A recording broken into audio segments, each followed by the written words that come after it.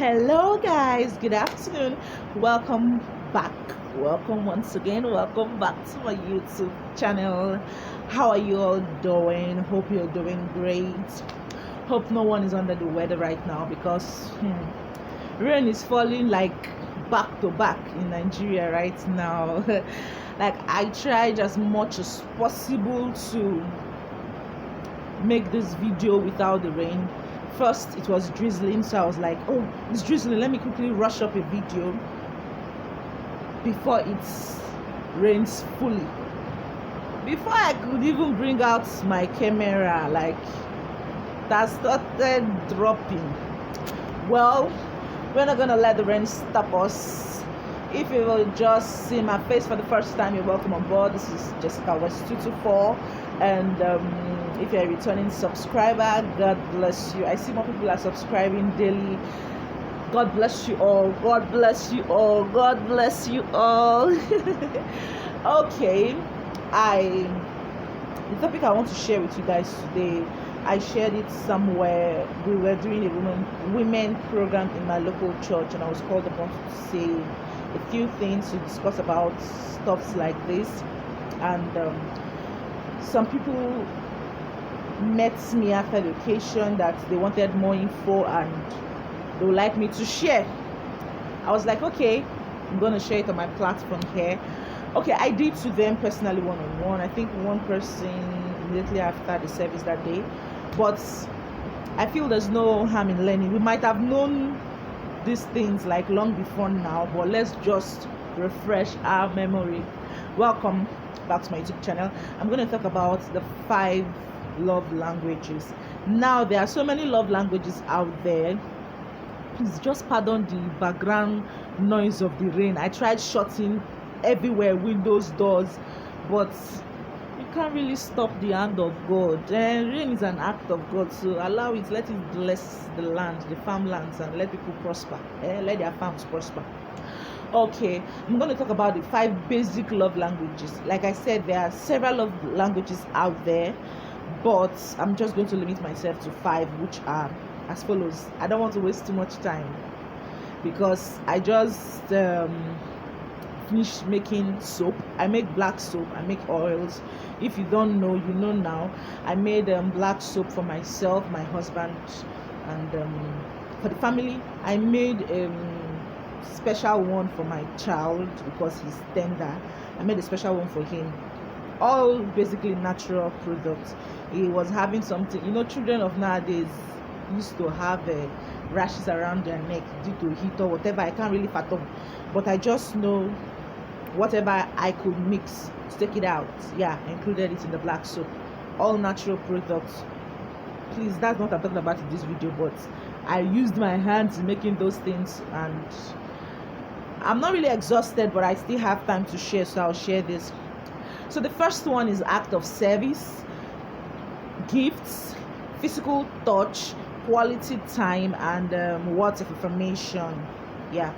Acts of service, physical touch, gifts, quality time, and words of affirmation.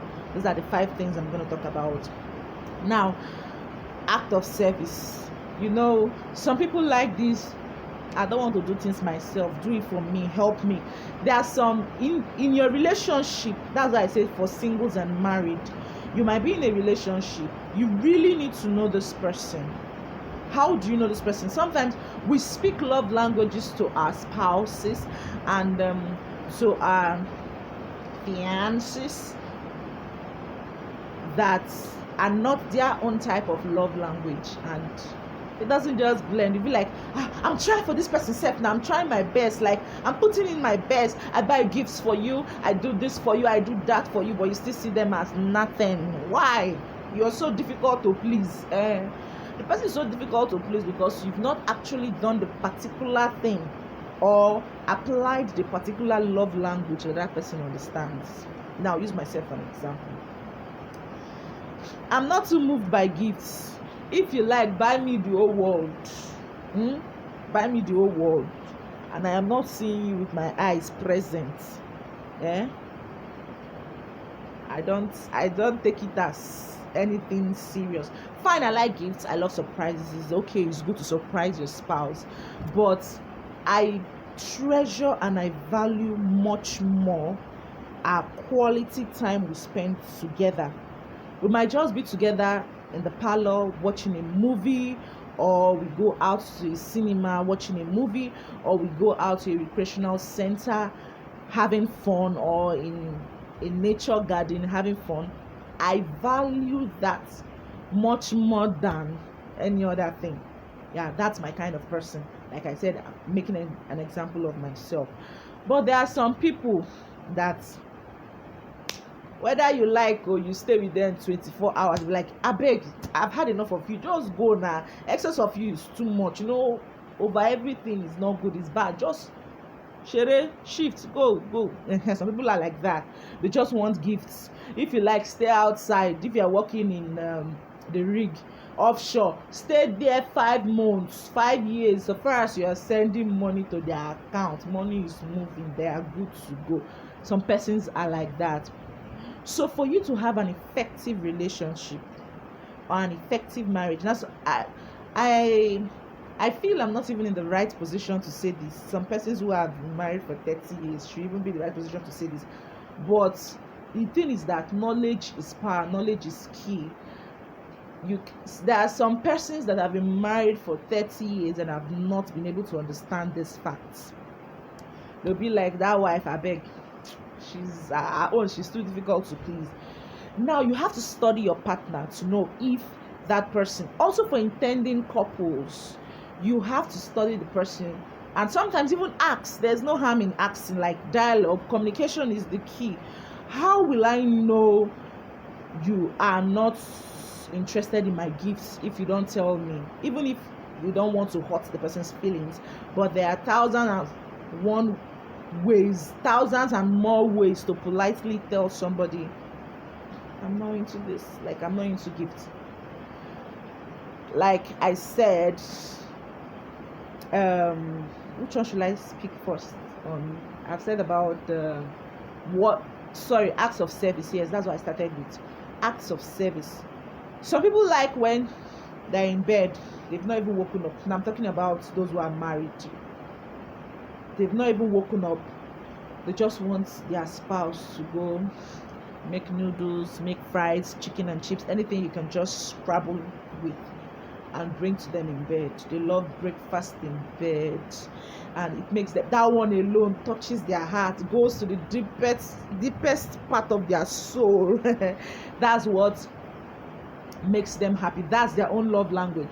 So when you do that for that person, it speaks volume. It's not every time you have to buy the whole world to give to your spouse or your partner that means a lot. Sometimes you are just killing yourself, but it does not mean anything to that person. So people will be like, okay, when I'm washing clothes, when I'm doing the laundry, come and help me. Don't just sit down there and feel like you are the man and you are saying I should be taking care of the whole house. Do you think it's easy? Like, day, show some acts of service. Come and put your hand inside these clothes, let's wash together, since you cannot buy us dry washing machine. Some people like that, and some people, they are like, no, not come in and wash. So you have to study your spouse to know these things so that you are on same page. Now, don't get me wrong, it's not that one love language goes for both persons. I might like acts of service, the other person might like gifts. Yes, so don't feel because mine is acts of service. Most people will make these mistakes because we feel, since my own is act of service, then let me just do it back to him. What I feel is the love language automatically should be his. So let me just start showing myself around, doing everything. Before he wakes up, I've finished cooking the food, I've cleaned his shoes, I've said this, said that, water in the bedroom, everything is set. Meanwhile, his own love language is quality time. So you have to study your spouse, So that's acts of service, where you do services around to please this person, to make this person happy. Then gifts. Some persons, they don't want to even be seeing your face always. Just buy gifts. Don't be pumping me with gifts. When last did you buy a gift for your spouse? If gifts is actually her or his love language. When last did you buy a special gift? Some people are good at promises. promise and fail. Like you've been married for 25 years, what you promised her before you got married, up till now you've not still fulfilled it. That's bad. Like you're killing that aspect, and you're not fulfilling that aspect of his or her own love language. Now, like in this too, I've already explained quality time, which I said is mine. For an example, what is actually mine. Quality time. I know you might not be around always, but when you are around, the time we spend together matters a lot to me. Like, let's go out, let's watch movie, let's sit out, barbecue catfish, and let's just do things together. Not that you're around and I'm still not feeling you. No. Then some people are good with physical touch. That's for the marriage. Like some people, only one touch, you just touch them. Like you've done the whole world for them. They don't even need you to do any other thing again. There are persons like that. So for you to move forward, for you to have an effective relationship, and even for those coming into marriage, you have to know these things. Most times I feel singles should even know this before they get into marriage. How can you be married to me and you said we courted before getting married and you still don't know my love language? It doesn't make sense. I will just be enduring that marriage. I won't be enjoying it because you are not satisfying me the way I want to. If it's gifts that I love, give me the gifts. It doesn't mean you will buy the whole world before I know you've given me something. It might just be you get a ring from me, or you get a bracelet, or you get a wristwatch, or you get, even if it's a t-shirt worth 100 naira. So long as my love language is gift, please just give it to me. I'm not asking for too much. That is why most people have issues in their homes without knowing. And this your supposed spouse to be, you don't even know her love language. You don't even know his love language. So how do you intend to satisfy this person? Sometimes it's good to sit down and talk about these things. We shy away from them, but actually it is killing people gradually. Like, I'm doing this for him too. Some men feel like, what do you want? It's raining cat and dog, but please just ignore the noise. Thank you. Some men feel like, what do you want from me again? I bought you shoes, I bought you this, I take care of the house, I give you feeding money, I give you upkeep money. Sorry brother, her love language is quality time. So in that your busy schedule, just create a time to spend with her. She values that much more than the whole money you're giving for upkeep and everything. Sometimes we women will also work. So if she's working out that money, of what use is your money? Money is good though, but remember, money is never enough. So you must be speaking the love language of your spouse. I've talked about quality time, I've talked about acts of service, I've talked about gifts, I've talked about physical touch. I don't want this video to be too long, but I believe you've been able to pick out one or two things from what I have said. So please, women, let's not die in silence. Say these things out. It can help you. And please, guys, when we say these things, try to at least just do what makes us happy, to speak our own love language for us. And now the mistake most people make is that, and it's a simple truth, you can't give what you don't have. In law, there's a Latin maxim for it. Like, you can't give what you don't have. Nemo dat could non habet. That's the Latin maxim for it. Most people feel they can satisfy their spouse without satisfying God. It doesn't work that way. First, now I've talked about the 5 major love languages. You can't please your spouse if you are not pleasing God. Yes, God is of priority. Like I keep saying, God instituted marriage. So how do you satisfy your spouse when you've not satisfied the creator and the institutor of that union in which you are? It doesn't work that way. Now, looking at the lifestyle of God, even let's use a case study, Jesus Christ when he was on earth. Let's talk about his own love language. I'm trying to blend everything so that you know the point I'm coming from. Now let's say acts of service.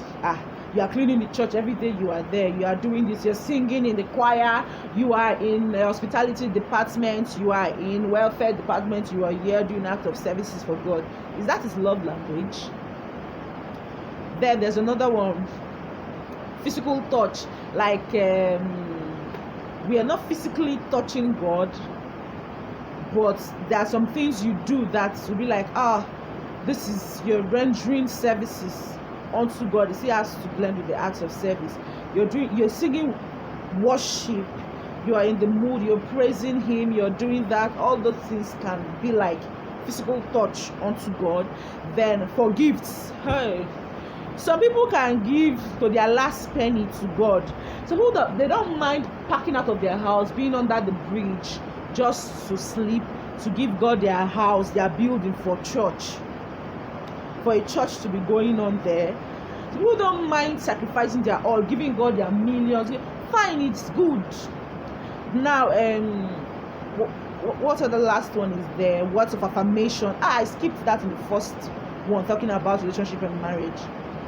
Some people like words of affirmation, like, oh my dear, do you know you're cute? Do you know you're fine? I like your hairdo. I like your tie. I love your dress.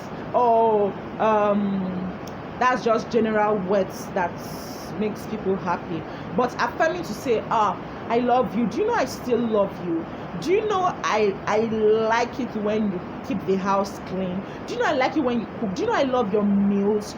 Do you know I love you? Do you know I can't do without you? Do you know I've been miserable without you, but thank God I found you? Do you know you add more meaning to my life? Words of affirmation, making this person feel like, oh yeah, he's affirming to the fact that he loves me. He keeps saying that means he loves me. This, that. It affects the minds of humans. Some men like it, yes. Tell them you love them. Tell them, do you know, I like it when you buy me gifts. I like this. I like that. I like this. Men also like it, not just women. Please, men, be sincere. So let me use it in the part of God now. Words of affirmation. Oh God, you are good. God, I love you. You are great. You're this. You're that. Praising God, is that his love language?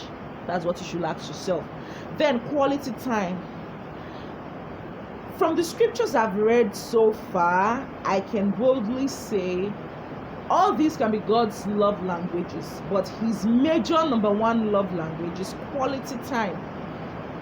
You know, from the creation, when God created Adam and Eve in the Garden of Eden, the Bible says he usually comes in the cool of the evening to do what? To spend quality time with them, to fellowship with them. That is quality time. Then in the part where Lazarus was dead in the Bible, and Jesus came visiting, where he saw the sisters, he met with the sisters, Mary and Martha, and who did he commend? Mary. Why? Because she was sitting beside him. She was sitting, the Bible recorded that she was sitting at the feet of Jesus, listening to him. She spent quality time with him. What was Martha doing? Martha was also doing an aspect of a love language, which is act of service. She was running around. Hey, Jesus will be hungry. Oh, he needs food. He needs this. Let me get this done. Let me get that done. But she missed her priority because that is not God's number one love language. That's the mistake most of us make today. You feel, oh God, I'm so busy, my work is choking, my days are always hectic, I don't have a spare time for you. Even if we don't literally say these words to God, we do that in our actions. You go to work, you're working in a 8 to 5 kind of job. There's no time. When you're coming back, like, you don't even have time for evening service, you don't even have time to see your morning prayers. Just wake up in the morning, you dash out. You don't have quality time for God. And let me shock you. Do you know, hindering or not giving God this, his own number one aspect of his love language, you're actually hindering your growth. Yes. If you're doing a job where you are an assistant manager and you're telling God, I don't have time for fellowship, I don't have time, you know, I'm very busy, the job you gave to me, I don't have time, do you think God will take you to the post of a manager? You say, even if as assistant you don't even have time for me, is it when you're a manager you have time? No. God is a jealous God. His word says so, not me, not Jessica. I'm not saying so. God is a jealous God. He does not like something coming in between his timing with you. He wants to bond with you. He wants to have this quality time, this lovers time with you. And you're not giving him because you're busy. Sometimes we do, but just for 1 minute and we dash out. You see, in the Bible, God told Abraham to sacrifice his son, because before the son came, God was having a koinonia. God was having an intimate time with Abraham. And now Isaac came. Of course, you know how it is for families who just had a son. Busy lifestyle. We are trying, God, now we are trying to take care of the child. The child was crying, so I need to rest when I need to pray. I need to do this. I don't even have time for myself. My baby is not giving me time to pray, and so on. So God was like, Abraham, I know it was actually a test of faith, but God was like, Abraham, sacrifice this person to me. I beg, sacrifice Isaac to me. It's interfering with our time. Sacrifice it to me. And when God now saw that he could actually gift him his son, which is also a love language, he didn't allow him to sacrifice his child. He saw to the extent of which Abraham loved him. So let's not hinder our growth. Let's not hinder our blessings. And I've been in a position today, I've not even got into the position of a chief judge. And I'm telling God, I don't have time. My work stacks and I don't have time. Oh God, don't worry, I'll create time. I will. 1 year gone, 2 years gone. You're receiving salary. You have nothing to show for it. And you have no quality time with God. Do you think God will now take me to the position of which I am dreaming of aspiring to be? So you are practically hindering your growth in life once you neglect God's timing, once you neglect his love language. That is why I say you can't please God. You can't please your spouse. You can't please man if you don't please God. So once your spouse does not even have time for God, how will he now have time for you if your love language is quality time? So you see, that is why we have to be in tune with God before we can actually please man. Thank you guys. We've come to the end of this video for today. I hope you enjoyed it. Please like, subscribe, thumbs up that like, hit the notification bell down below so that you get notified for all whenever I post a new video. And I just spoke basically on the 5 love languages. Like I said in summary at the end, you can't please man if you can't please God. What you don't have, you can't give it out. It doesn't work. You can't give out what you don't have. So you must first of all have this culture with God before you give it to your spouse or your intending spouse. I pray God blesses us with this short tip. Like I said on my channel, it's going to be lifestyle vlogs, tips, and lots more. This is one of the tips. I pray God bless you. And please don't forget to speak the same love language which the next person to you wants, and then you'll have a peaceful home with God helping you. Thank you so much. God bless you real good.